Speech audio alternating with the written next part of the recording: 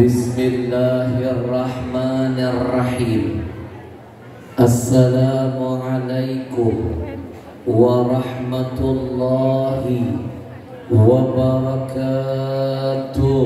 Waalaikumsalam warahmatullahi wabarakatuh. Bismillahi walhamdulillah, wassalatu wassalam ala rasulillah wa ala alihi wa sahbihi wa man wala, wa la hawla wa la quwwa illa billah. Allahumma salli wa sallim wa barik wa karrim wa azim ala sayyidina Muhammadin Sallallahu alaihi wasallam.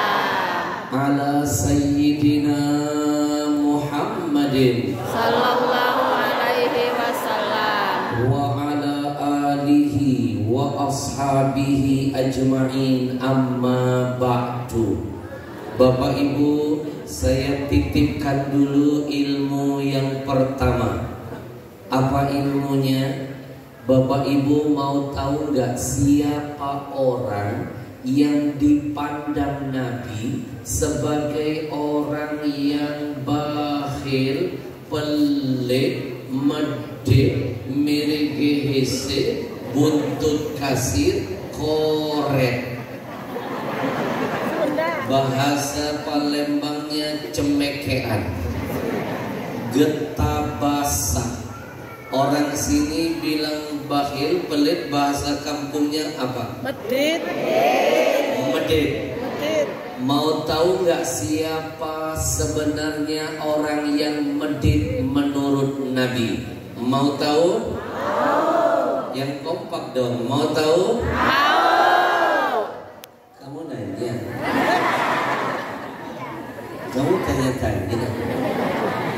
Ini jawaban anak zaman now. Jawabannya simak hadis sahih yang satu ini. Al-bakhilu alladhi man dzukirtu indahu falam yusalli alayya.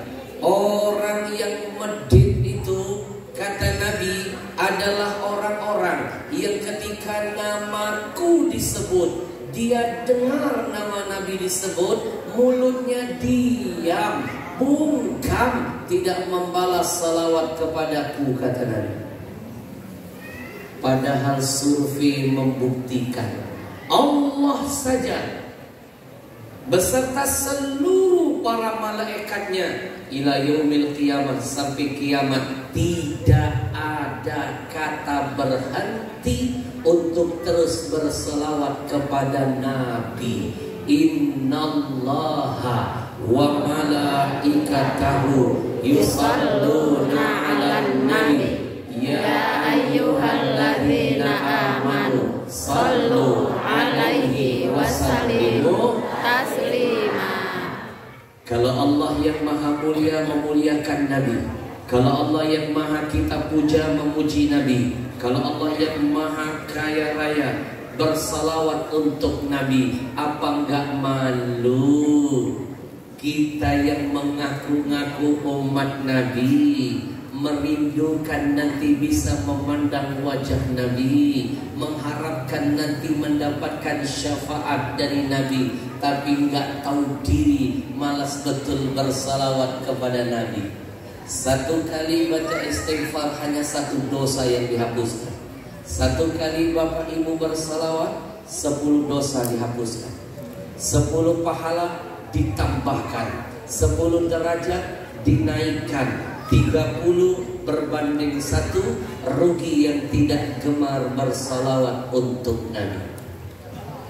Sallallahu alaihi wasallam. Sallallahu alaihi wasallam. Sallallahu ala Muhammad. Sallallahu alaihi wasallam. Allahumma salli wa sallim wa barik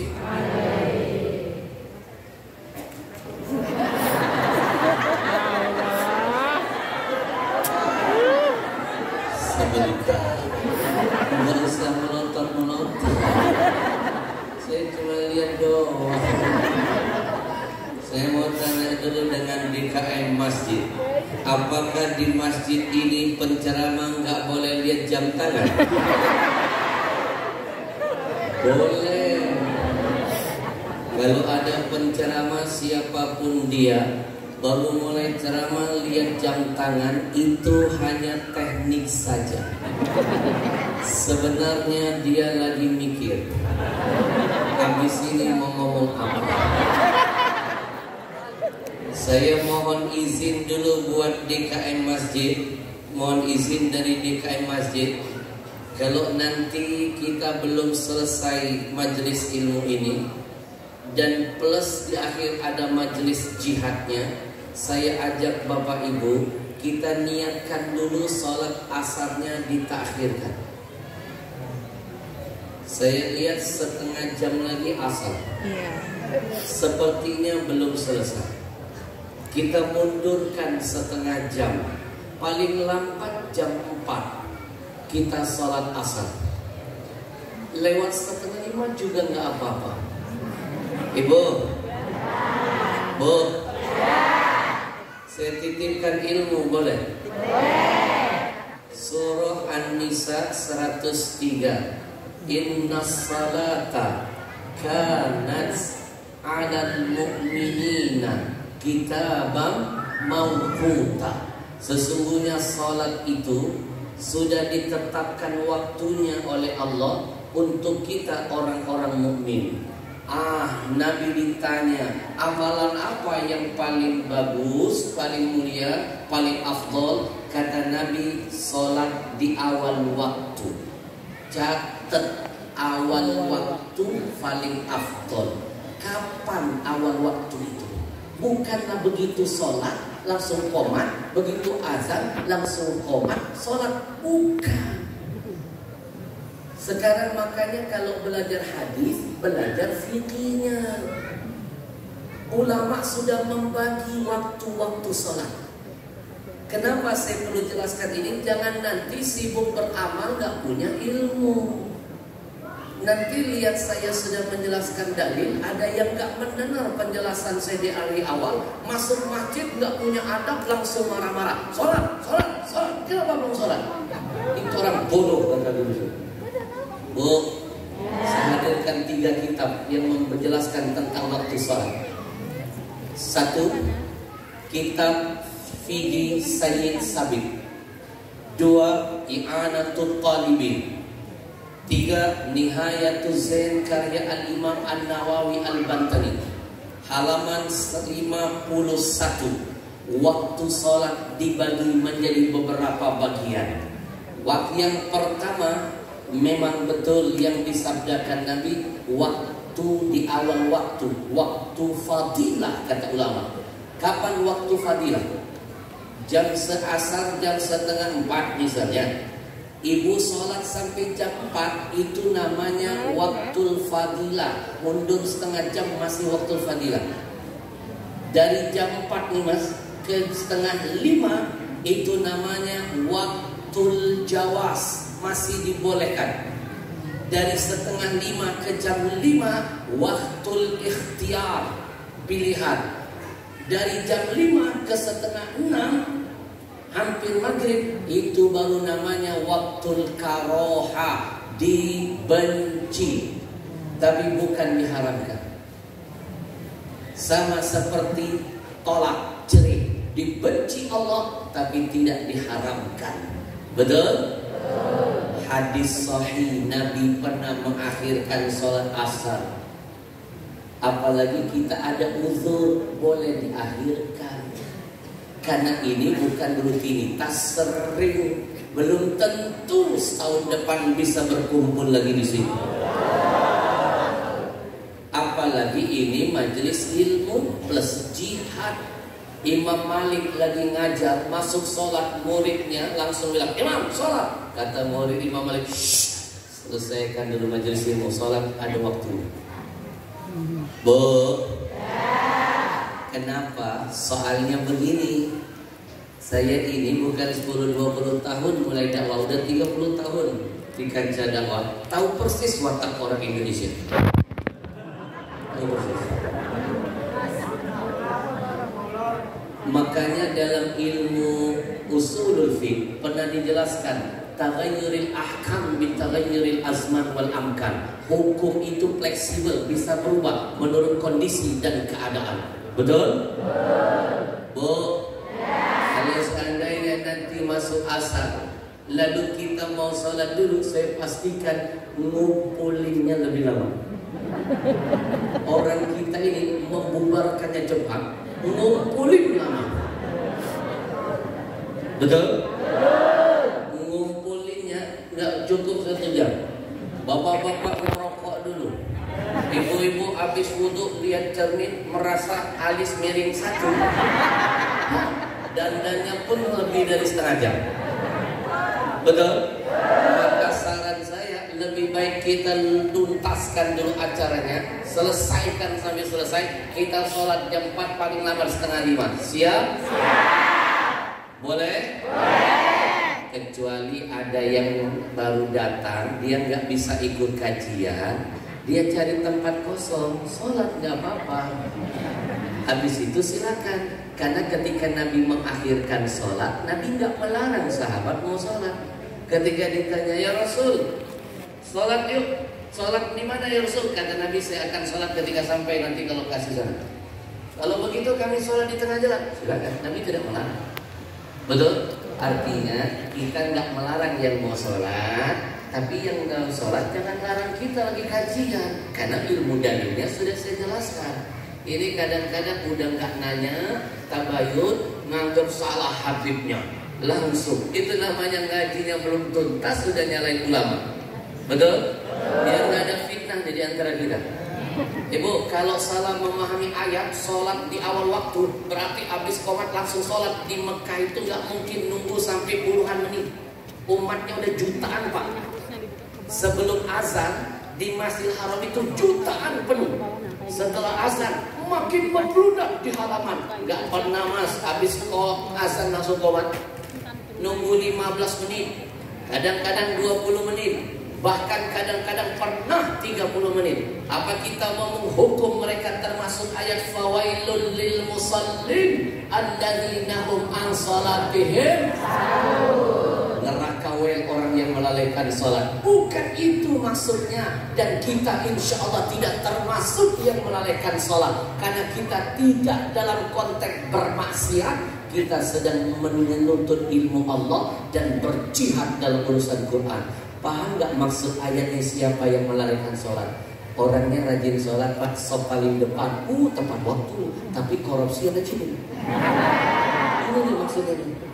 Ngebunuh orang, mengambil hak orang, mencuri, itu yang dimaksud melalaikan sholat. Jelas? Emangnya sampai engko rampung. Karena kalau saya cuma 5 menit 10 menit kan kasihan yang bawa saya.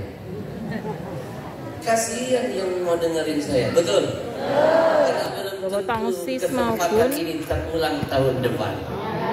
Siap? Izinkan saya memberikan salam penghormatan dulu kepada segenap para alim ulama, para kiai, para masyayikh. Mohon maaf kalau saya tidak bisa menyebut dan memuliakan satu persatu. Percayalah di hati saya ada rasa cinta hormat untuk semuanya. Hadir juga bersama kita ada Lurah Asri Mulia.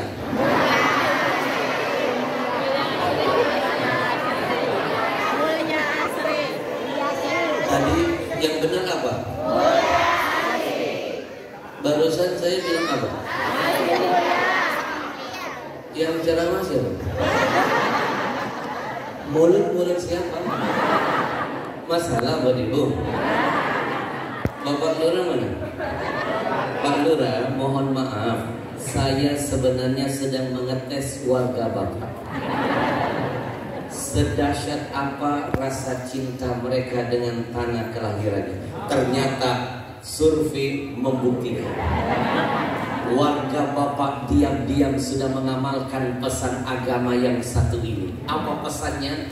Hubbul watan minal iman. Cinta tanah kelahiran itu sebagian dari iman. Bukti cintanya mereka nampakkan di depan saya. Jangankan kelurahan ini saya rampas, baru terbalik saya sebut marah semua. Berarti mereka sudah punya CINT, cinta. Kata anak-anak muda sekarang, cinta cukup dengan gaya tangan begini saja. Susah mempraktekannya. Pak Lurah tahu nggak ada gaya yang kedua loh. Kemarin saya lagi ceramah, ada ibu-ibu dari jauh begini. Habib, saya bingung Pak. Saya tanya, maaf ibu, itu artinya apa? Sang ibu menjawab, ini gaya baru, artinya lope-lope. I love you. Ini artinya cinta Habib. Oh cinta. Akhirnya saya belajar dari dia.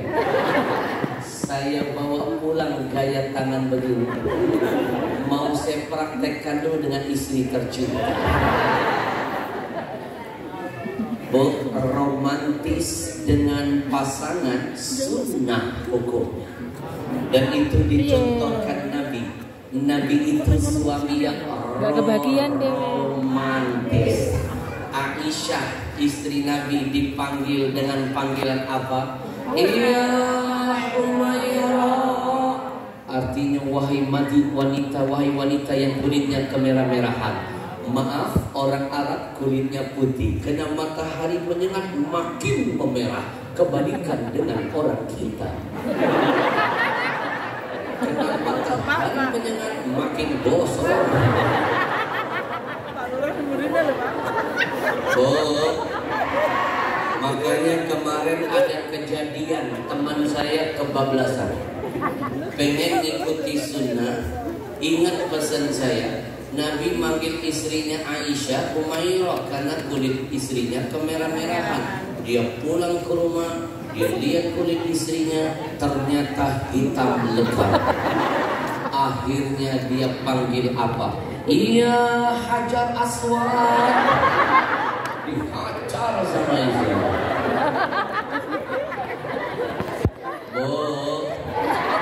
Saya ingin praktekkan keromantisan dengan istri saya. Bapak-bapak, saya titip ilmu buat bapak-bapak hari ini.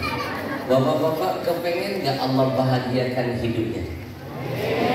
Pengen? Jawabannya simak pesan orang bijak yang satu ini. Sampai gak ketok. Wife happy life. Pedangku ya. Lo pedangku. Pedangku. Gak sadar deh ini.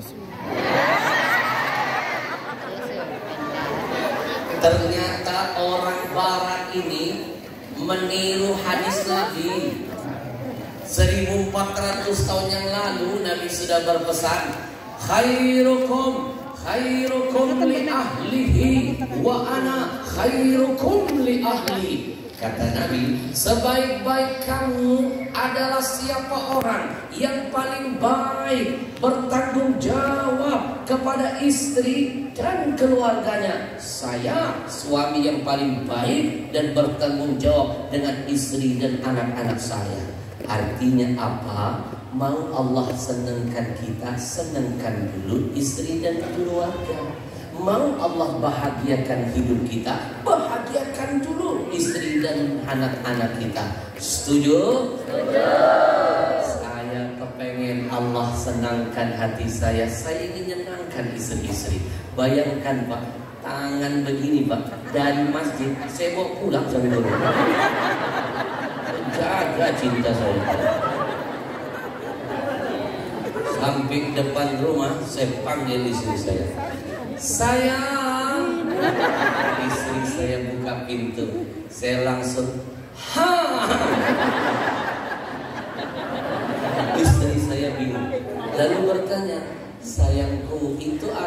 apa? Kata mak ini artinya lope-lope. I love you, cinta. Melihat itu dan mendengar itu, istri saya tersenyum. Lalu dia membalas cinta saya dengan gaya tangan yang sama, maknanya beda. Istri saya menjawab, sayang,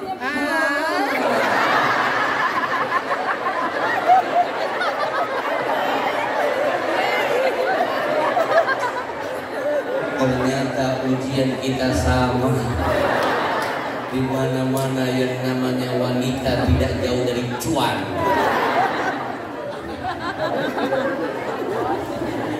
Tapi saya yakin yang di depan saya ini bukan sembarang wanita. Ini pasti wanita-wanita pilihan dari Allah. Karena dari wajah-wajah mereka saja nampak bercahaya. Pakai bedak apa?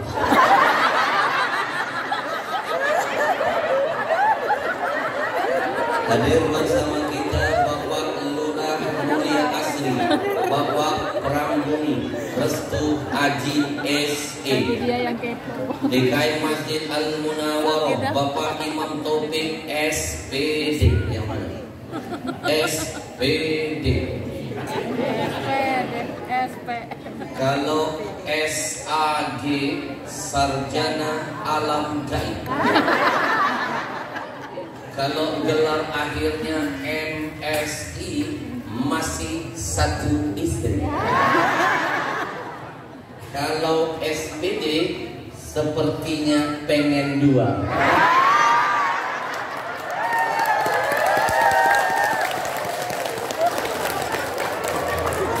Hadir bersama kita Kasat Bimas Polsek TPT, Bapak Aifda Soib.